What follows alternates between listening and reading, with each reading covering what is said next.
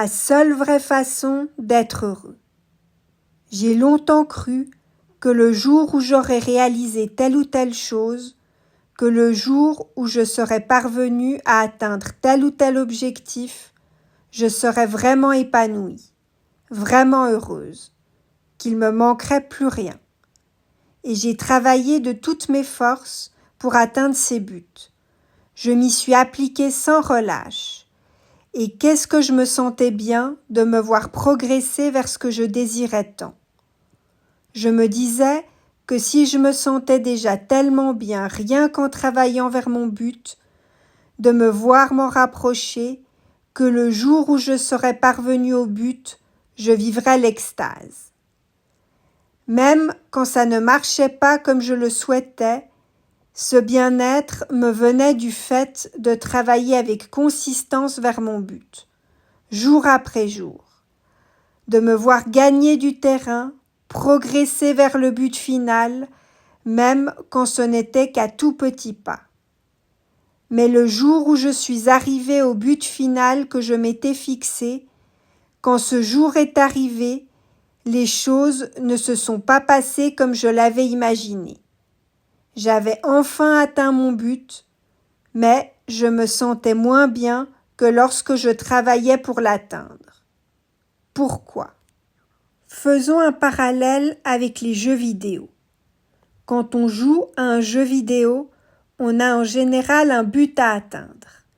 Dans un jeu de voiture, c'est obtenir les meilleures voitures, les plus rapides, les plus belles, les plus performantes, de gagner des courses, des points pour obtenir des meilleurs accessoires. Dans un jeu de combat, avoir les meilleurs équipements. On est motivé de jouer pour obtenir ces choses-là et gagner des niveaux pour obtenir des points pour acheter ces équipements. Jour après jour, cet objectif nous tient motivés à progresser et donc à jouer. Mais que se passe-t-il le jour où on est arrivé au but, qu'on a acquis toutes les voitures ou tous les accessoires et équipements disponibles? Eh bien, le but de jouer a disparu, parce qu'on n'obtient plus rien de plus. Il n'y a plus rien pour lequel se battre, qu'on ne peut plus progresser. On n'est donc plus intéressé à jouer parce que c'est plus intéressant, mais en même temps, ce jeu qu'on aimait tant, qui nous passionnait, crée un vide. Il nous manque. Et c'est exactement ce qui se passe dans la vraie vie. Quand il n'y a plus de perspective parce qu'on a déjà tout obtenu, le mal-être s'installe. La vie de vos rêves ne commence pas quand votre objectif final a été atteint.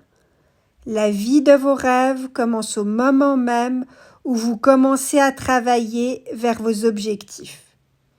Soyez donc attentifs de toujours avoir quelque chose que vous souhaitez réaliser dans votre vie. Parce que pour vous épanouir, vous aurez toujours besoin de quelque chose que vous souhaitez réaliser. Parce que même quand vous aurez réalisé un but et que vous en serez content, le statu quo provoquera rapidement de nouveau un nouveau vide à combler. Et sachez que la vie de vos rêves est probablement bien plus proche que vous ne le croyez. Parce que c'est en travaillant vers vos buts, vers vos rêves, que vous vous sentirez le plus heureux au final. N'est-ce pas ça, la vie de vos rêves? Vous sentir heureux, le plus heureux possible. La vie de nos rêves, ce n'est pas posséder. C'est pas le statu quo. C'est le ressenti de nos accomplissements. Si vous vous mettiez donc maintenant à réaliser ce qui vous tient vraiment à cœur dans la vie, que vous planifiez les étapes pour y parvenir et que vous commenciez à travailler vers ce but, vous pourriez déjà vous sentir le plus heureux que vous vous êtes jamais senti jusqu'à maintenant. Parce qu'il n'y aura jamais de but final atteint dans votre vie. Parce que quand vous l'aurez atteint, vous en aurez besoin d'un autre pour continuer à vous épanouir. C'est un peu l'équivalent de la roue du hamster qui tourne et qui tourne. La seule chose qui compte donc, c'est ce que vous faites au jour le jour de votre quotidien. Ne gâchez donc pas des années de votre vie en attendant d'être arrivé à atteindre tel ou tel objectif pour être heureux, parce que vous réaliserez au final que vous ne serez pas vraiment heureux.